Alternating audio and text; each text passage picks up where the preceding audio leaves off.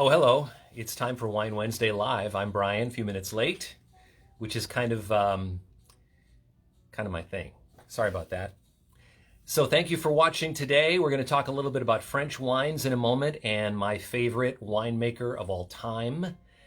His name is Dave Phinney, and we'll tell you why he's famous in just a few minutes. Also, if you just say hello, if you give me a wave, if you give me a like, if you make a comment, if you have a question, feel free to participate, because just for participating, hello Scott, you get the chance to win a very cool VIP wine experience from Baker Bird Winery down in Augusta, the home of bourbon barrel wine. They have bourbon age white wine down there. It's a pretty cool place, historic, over 160 years old, and you can get on down there with a guided visit for two, a fruit and cheese plate for two, a couple of free wine glasses. That is a $52 prize just for participating. So thank you for joining me today.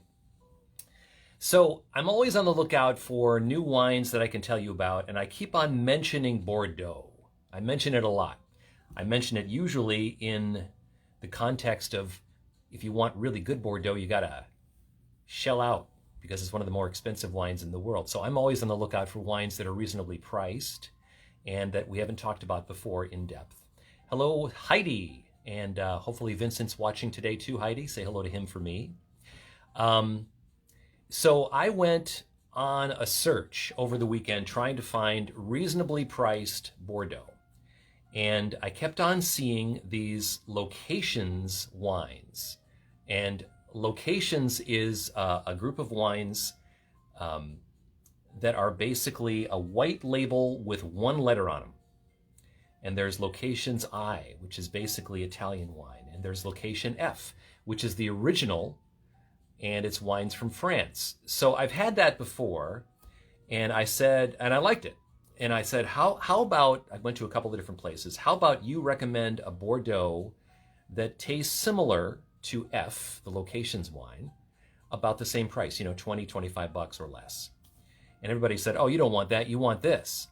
And inevitably, I found wines that I just didn't like as much. So then I thought, well, wait a minute, Locations, I love it. It's from France, let's just do that. So you may know the winemaker I'm talking about today. His name is Dave Phinney. He's probably most responsible for the success of the Prisoner Wine Company, which is something that he founded back in 2000, I believe, 21 years ago. And since that time, he's sold that company, and the company's been sold again for almost $200 million. So here's the story of Dave Phinney, who I think is the coolest. He wasn't even a wine drinker in 97 when a friend of his said, hey, why don't you come study overseas with me? He was in Florence. And the guy said, all right, Dave Phinney said, let's go and see Europe for a little bit. So he got exposed to wine and drinking and how it's made, and decided, I really like this. This could be the career for me. Hello, Sandra and Mary and Cynthia. Cynthia says, I'm so done with boxed wines during the pandemic. Amen, sister. That's what we're here for. We're trying to give you some good ideas that are not going to be, breaking the bank. So Dave is over there in Europe, and he decides when he comes back to America that he wants to become a winemaker. So here's this college kid who is able to convince Robert Mondavi, the one we talked about last week. He convinced Robert Mondavi to let him work the harvest. And Robert Mondavi was convinced. So Dave Phinney works his way up from working the harvest, picking grapes and doing all the menial tasks and squirting out the fermentation areas and doing all the menial tasks that you have to do. He eventually works his way up and starts working with the winemakers. And he's promoted to Opus One, the Temple of Wine in Napa, which is a Robert Mondavi property, which is amazing. And he realized, and this is a direct quote, I worked really, really hard, he said. And I realized if I'm going to work that hard, it's not going to be for somebody else. It's going to be for me. So he decided to form his own winery called Oren Swift. And he named it after his parents' middle names, Oren and Swift. And it was from there, when he was doing this part-time, that he decided to launch The Prisoner almost by accident. And The Prisoner is a wine that, as I mentioned, it's a multi-million-dollar brand. And it came about almost by accident because the harvest was just not that good. And he basically had to throw together a bunch of grapes that he had because the yields were not as good as he expected. He couldn't make a Cabernet. There weren't enough. So he had some sweet, ripe Zinfandel grapes. He had some Cab, he had some Merlot, and he just had some other things. And he decided to throw it all together and see what happened. And his brother was a graphic designer, and they did a label together which looked a little spooky. It was basically a prisoner. It's a Goya print that his parents gave him. They put that on the label. And all his friends said, this is a fool's errand. It's a spooky label. Nobody makes wine bottles like this. Nobody knows what is in this blend. What are you doing? You're going to fail. And Dave Phinney said, well, look, we're going to try. I mean, it's only 400 cases. I mean, if it doesn't work, we'll do something else next year. Well, it turns out they sold all the cases, and it became wildly popular. Hello, Mary. And the prisoner was born. And then a few years later, about 12 years later, he sold that brand for $40 million. And it's an interesting story. Here's this guy. He's in his 30s by now, maybe 20s. And he's already got $40 million in his pocket. He doesn't sell Orange Swift, just the prisoner. And his deal with Huneeus Vintners was that he was not allowed to make a Zinfandel-based blend like the prisoner for 8 years. So a wine that he had 8 years later was called 8 Years in the Desert. So it'd be really an interesting experiment. If you like red Napa blends, big, bold, lush red blends, get a bottle of 8 Years in the Desert and compare it to the prisoner and see which one you like best. All right, well, anyway, I'm getting off track. Eventually, he sold Orange Swift Winery to Gallo, and he started doing this other venture called Locations. And I love this quote because one of the reasons why Dave Phinney has been so successful is because he breaks rules. He doesn't follow convention. He does things his own way. They told him he couldn't make a really good red blend that was going to sell, that was going to be successful, and he said, I'm going to do it anyway. So he decided, after traveling over Europe, he said, due to laws and restrictions that make it near impossible to express true winemaking freedom, the question is, do you break thousands of years of history and tradition in pursuit of expressing freedom? We think the answer is yes. And Locations Wine was born. This is what we're going to be doing today. This is the very first of the Locations Wine. The big F on the label stands for France. And France is known for crazy rules. If you want to make a Bordeaux blend, they tell you exactly which grapes you can grow and from where. They tell you exactly how you can blend it. They tell you you cannot water it, no irrigation allowed, and if for some reason you pick it too ripe and the alcohol level is higher than 14%, you can't call it Bordeaux. And they can only come from the Bordeaux region in France. You can't bring in grapes, even if they might be better, from another region. Or you can't call it Bordeaux. They drop it down to table wine designation. And Dave thought that's ridiculous. If you want to make the best possible wine, you should be able to use the best possible grapes. And a big no-no in Bordeaux, you cannot take grapes from 2016 and mix them with grapes from 2017. Oh no, it's got to be the same vintage. So all these rules, and Dave said, no, I'm going to do it my own way. I've got hundreds of millions of dollars in my pocket. I'm going to do it my way. So he started in France by making a French blend. And this is pretty cool. This is the 6th iteration of this. And F backwards, the Locations French blend is really good. And this is how he switched things up. He took grapes Grenache from Roussillon, which is not in Bordeaux. He took some Syrah from the Rhone. He mixed it in with some other Bordeaux varieties, and he didn't care what year that variety may have come from. Could have been, you would call this a non-vintage. If you ever see NV on the bottle, that means that the grapes mixed are not from the same vintage, NV. And all the Locations wines are not from the same year, because what Dave Phinney is trying to do, and this guy, by the way, is 45 years old. How cool is that, to have that kind of money and that kind of success at that young of an age? But he's still doing it. Even though he sold his companies, He's still the chief winemaker and consultant for all these brands that he founded. And I just think Locations wines are really good. Kind of an interesting story, though.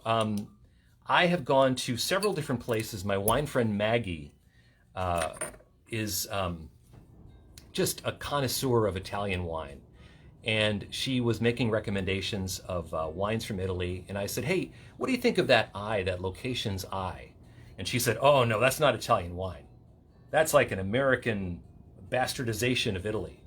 And then I talked to another friend of mine from Arrow Wine in Mason. And I said, well, I really like this F. Can you recommend a French wine like that? He said, that's not real French wine. That's like an Americanization. All right. Then I realized, you know what? I really like the Americanization of these wines. I think they're really fun. So let's give this one a little air. This is the French Locations F. And if you look in the store, a little tip for you, they're all good, and they're all about 20 bucks. And they're all really well rated, like the Locations F. This is F6. It's actually a 92-point wine. Robert Parker really liked it, and he's one of those critics that I really respect. So here we go. Right away, you see kind of a purple ruby color. Beautiful color.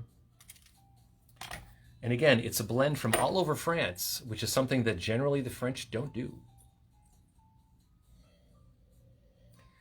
And it smells delicious. This is going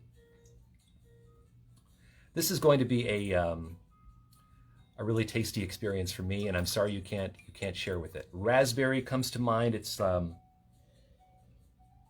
like a tobacco leaf. You know how I talk about this sometimes. My dad used to smoke a pipe back in the day, and he would have these cans of tobacco, and he would stuff it into his pipe. And I used to just smell the tobacco because it smelled so good. Didn't care for the smoke so much, but the tobacco leaves they smelled delicious and sweet. A little bit of that,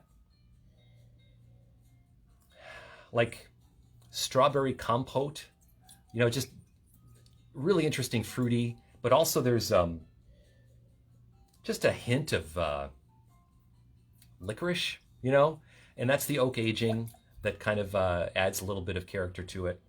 But let's try the Locations F and see how it tastes compared to other French wines.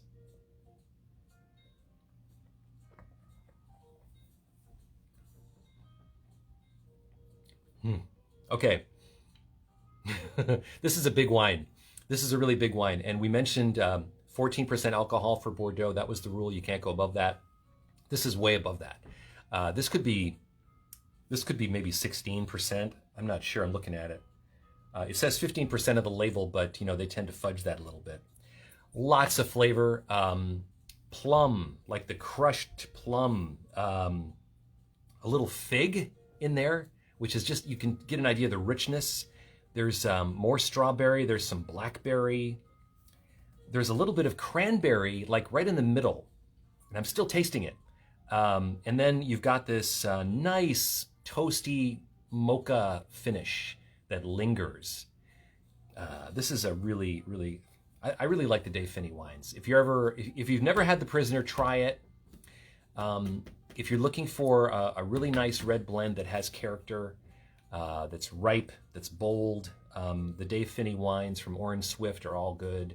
They're a little expensive, which is why we're talking about the Locations wine today, because they're, again, about $20. Sometimes they're $25, but most of the time, I got this for $18.99. $18.99. Acacia said the color is excellent. Yes, it is. Here's a guy who just does it his own way. Dave Phinney.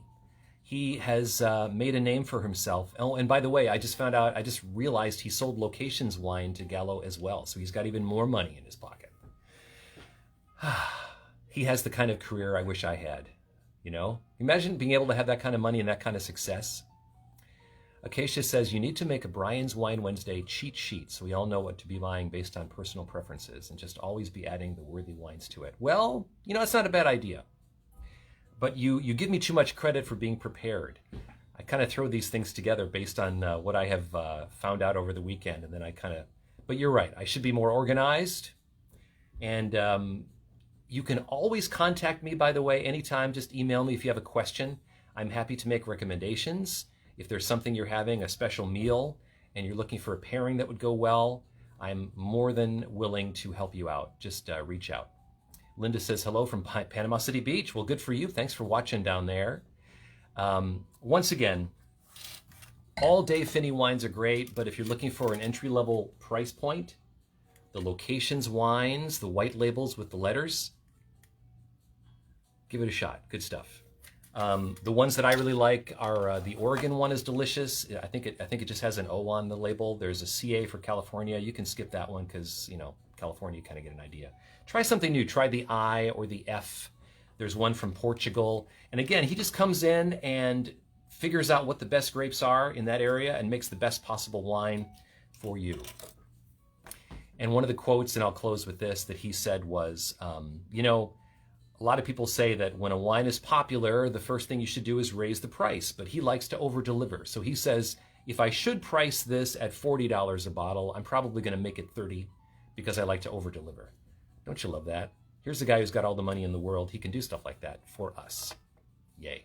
Okay, let me know you're here, whether it's live or on demand, because somebody's going to win that Baker Bird Winery prize. Might as well be you. And just say hello, give me a like, and you'll make yourself eligible, and I will reach out to you via Facebook tomorrow and pick a winner.